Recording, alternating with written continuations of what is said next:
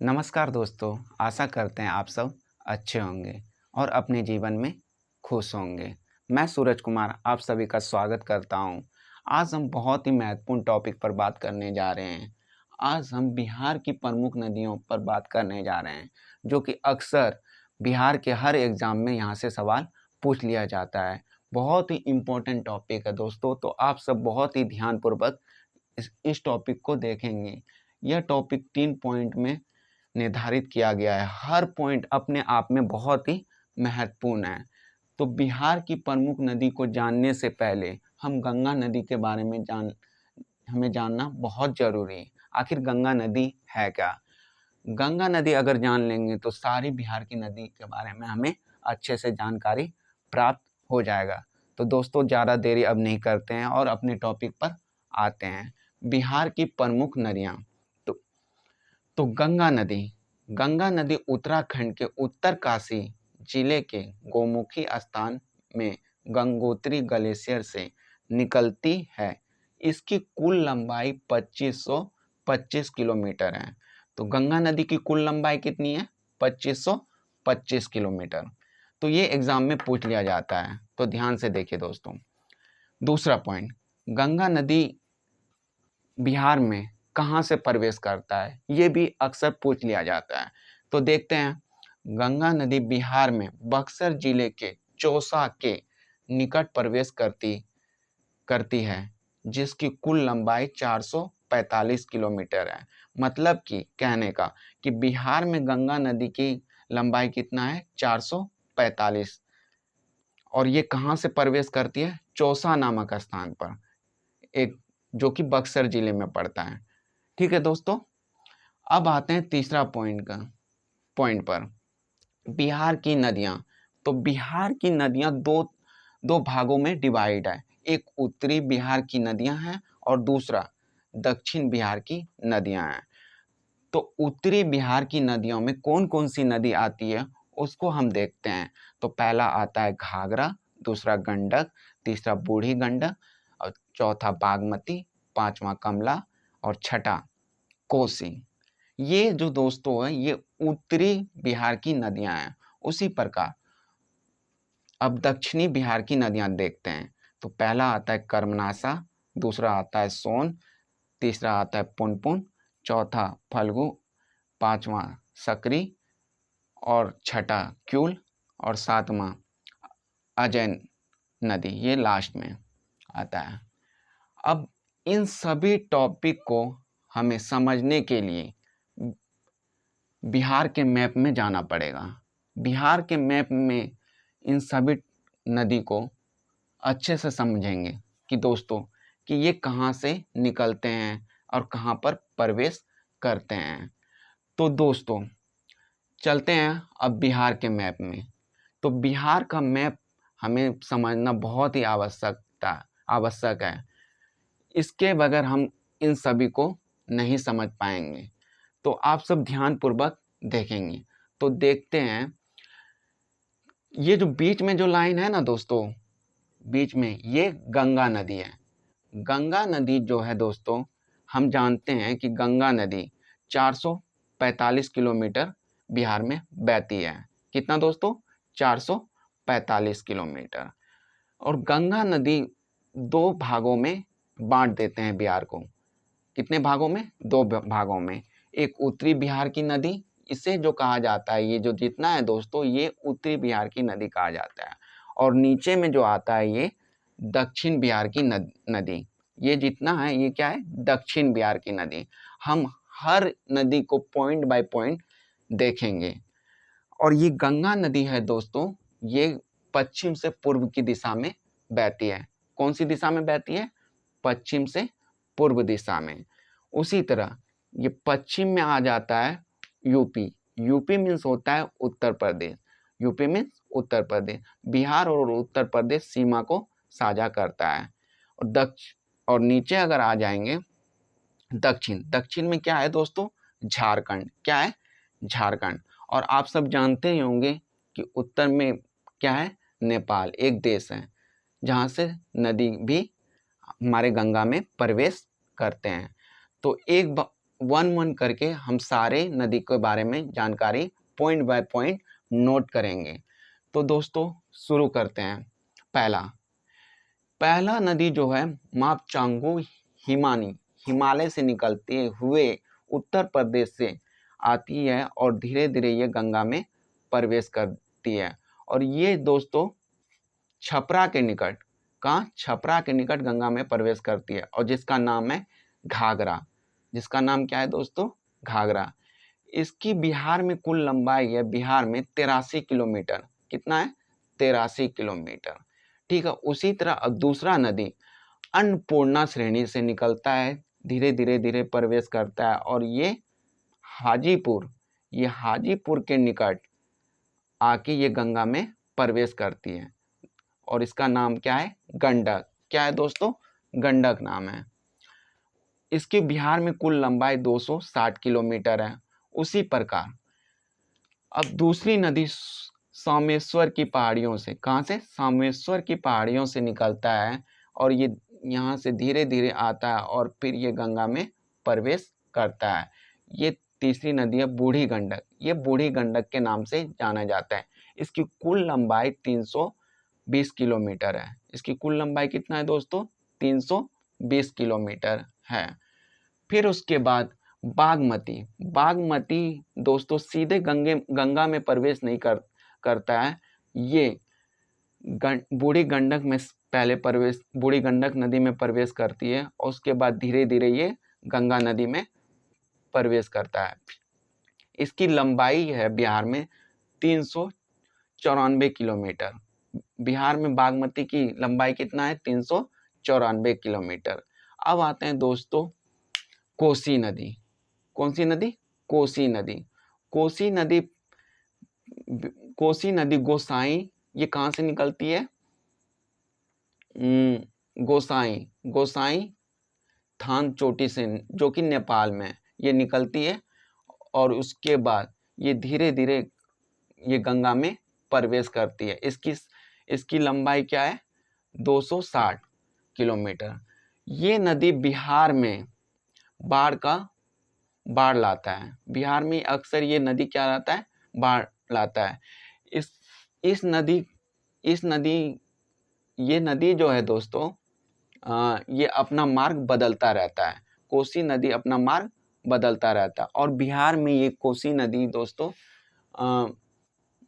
शोक नदी के नाम से भी जाना जाता है। इसकी एक सहायक नदी है कमला। इसकी सहायक नदी कमला है। इसकी लंबाई 120 किलोमीटर बिहार में है। तो कमला नदी की लंबाई कितना है? 120 किलोमीटर।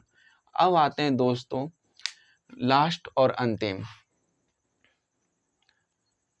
महानंदा नदी। कौन सी नदी? महानंदा नदी दोस्तों ये दार्जिलिंग से निकलती है। कहाँ से निकलती है? ये दार्जिलिंग से निकलती है और ये धीरे धीरे बिहार के पूर्व दिशा में गंगा नदी में प्रवेश करता है। महानंदा नदी को दोस्तों बिहार की सबसे पूर्व नदी कहा जाता है। महानंदा को दोस्तों बिहार की पूर्व नदी कहा जाता है। दोस्तों आप सभी को उत्तर पूर्व की नदी के बारे में अच्छे से जानकारी प्राप्त हो गया होगा एक नज़र में। तो इसे सीक्वेंस में देखते हैं। सीक्वेंस में पहले घाघरा, फिर गंडक, फिर बूढ़ी गंडक, उसी में बागमती, फिर आता है कोसी में फिर कमला और अंतिम में क्या? महानंदा। क्या है दोस्तों? महानंदा। तो हमको लगता है कि आप सभी को ये अच्छे से समझ में आ गया। अब आते हैं दोस्तों दक्षिण की दिशा की नदी के बारे में जानकारी प्राप्त करते हैं। तो दक्षिण दिशा में नदी को देखते हैं तो पहला नदी है कर्मनाशा। कौन सा है? कर्मनाशा। कौन सा है? कर्मनाशा। तो ये जो नदी निकलती है बिंदन पर्वत, कहाँ से निकलती है? बिंदन पर्वत से होते हुए ये नदी सीमा साझा करता है। सीमा मतलब अलग करता है। ये यूपी और बिहार को क्या करता है? ये कर्मनाशा नदी अलग करता है। क्या करता है? अलग करता है। सीमा मीन्स होता है दोस्तों बाउंड्री। सीमा मीन्स क्या होता है? बाउंड्री।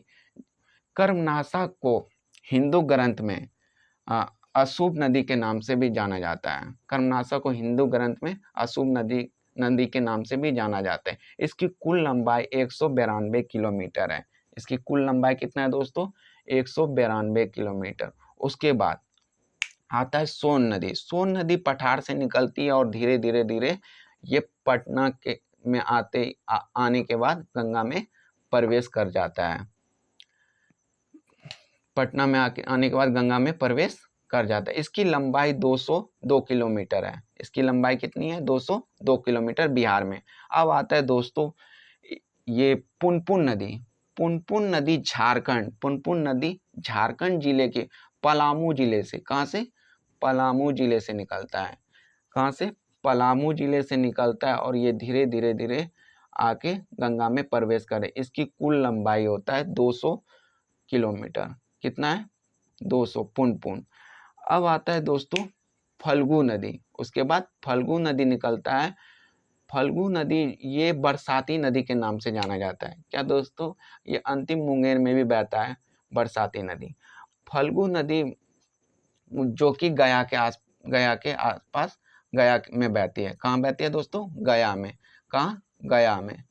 गया में। उसके बाद सरकी नदी और फिर उसके बाद क्यूल नदी की लंबाई 111 किलोमीटर बिहार में है। ये पारसनाथ की पहाड़ियों से निकलता है। क्यूल नदी कहाँ से निकलता है? पारसनाथ की पहाड़ियों से। उसके बाद अंतिम में अजय नदी, जिसकी लंबाई 288 किलोमीटर है दोस्तों। अजय नदी की लंबाई कितना है? 288 नदी। तो ये नदी बहुत ही महत्वपूर्ण है। ये दक्षिण बिहार की नदी बहुत ही महत्वपूर्ण है। सबसे महत्वपूर्ण 4 इंपॉर्टेंट है दोस्तों। कौन कौन सी है? कर्मनासा, फिर उसके बाद सोन, फिर पुनपुन और फिर फल्गु। कौन सी नदी?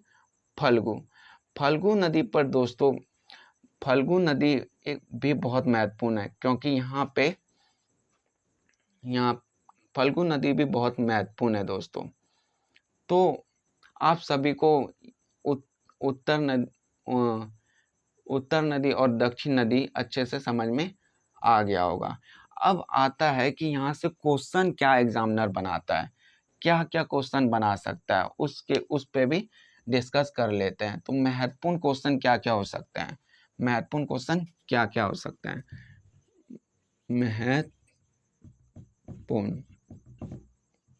प्रश्न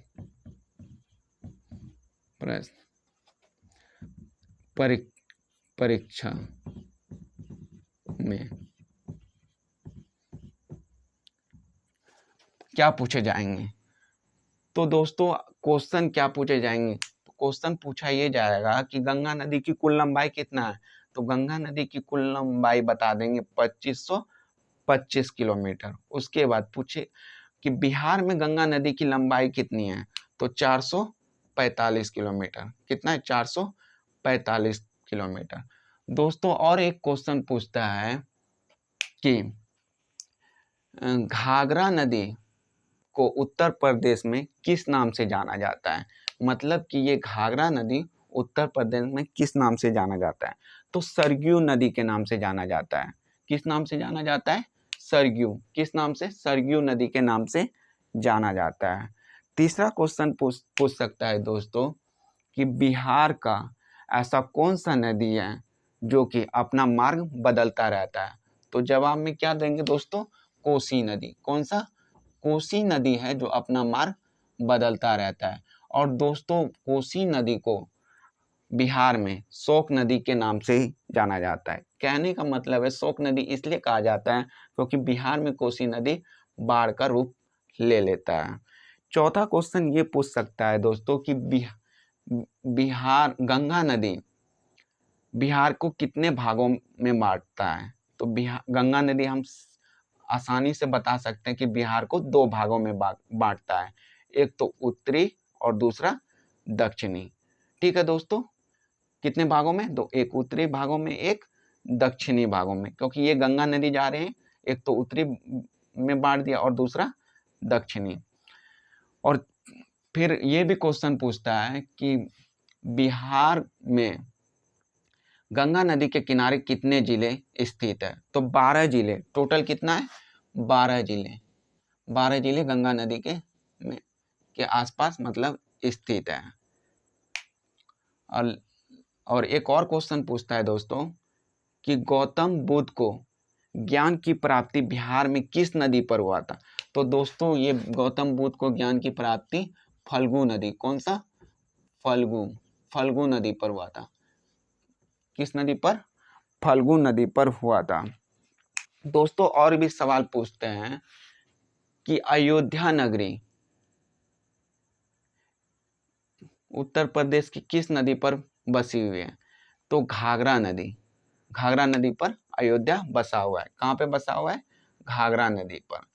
और लास्ट और अंतिम सवाल जो पूछता है कि बिहार और उत्तर प्रदेश की सीमा पर, बिहार और उत्तर प्रदेश की सीमा पर कौन सी नदी बहती है।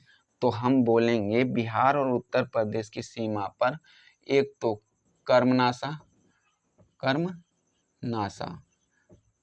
कौन सा, कर्मनासा, और दूसरा जो बहता है घाघरा, कौन सा, घाघरा। तो हमको लगता है कि दोस्तों इस मैप के माध्यम से आप सभी को अच्छे से ये टॉपिक समझ में आ गया होगा। अगर आप भी अगर प्रयास करेंगे घर में और अच्छे से अगर मैप बनाएंगे कॉपी और पेन लेके, तो और अच्छे से आप सभी का रिवीजन एग्जाम से पहले हो जाएंगे। तो दोस्तों आशा करते हैं कि आप सब मेहनत करेंगे इस टॉपिक पर। अगर मेरा वीडियो अच्छा लगता है आप सभी को तो मेरे वीडियो को लाइक कीजिए और कमेंट कीजिए। आप दोस्तों, आपका दिन शुभ हो, अच्छा हो। जय हिंद, जय भारत।